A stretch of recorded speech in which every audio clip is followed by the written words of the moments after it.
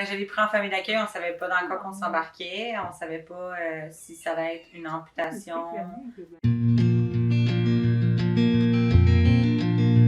La première fois que j'ai rencontré Fox, je faisais l'entretien des chatteries. J'ai vu, dans le fond, le petit minou qui me miaulait après. J'ai vu toutes ses pattes. C'est là que j'ai regardé Jeff. J'ai dit, c'est qui lui? Elle dit, on ne sait pas.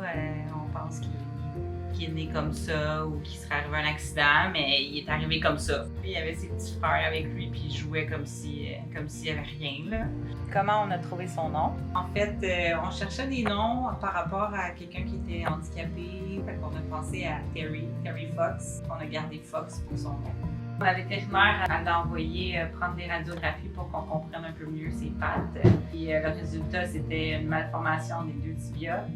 L'équipe médicale a décidé de le placer en famille d'accueil pour voir là, comment ça allait se développer.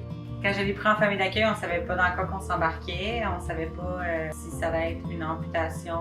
C'était vraiment pour voir comment il allait être dans une maison, comment il allait être en grandissant aussi.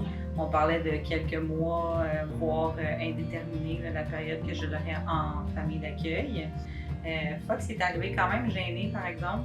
Mes chats, ils l'ont super bien accueilli. J'ai un gros chat à la maison, là, un gros papa que j'appelle, qui le lavait, qui jouait avec, qui était super patient. Puis à la litière, honnêtement, il se débrouillait super bien. Là. Il allait directement dans sa litière, il n'en mettait pas nulle part.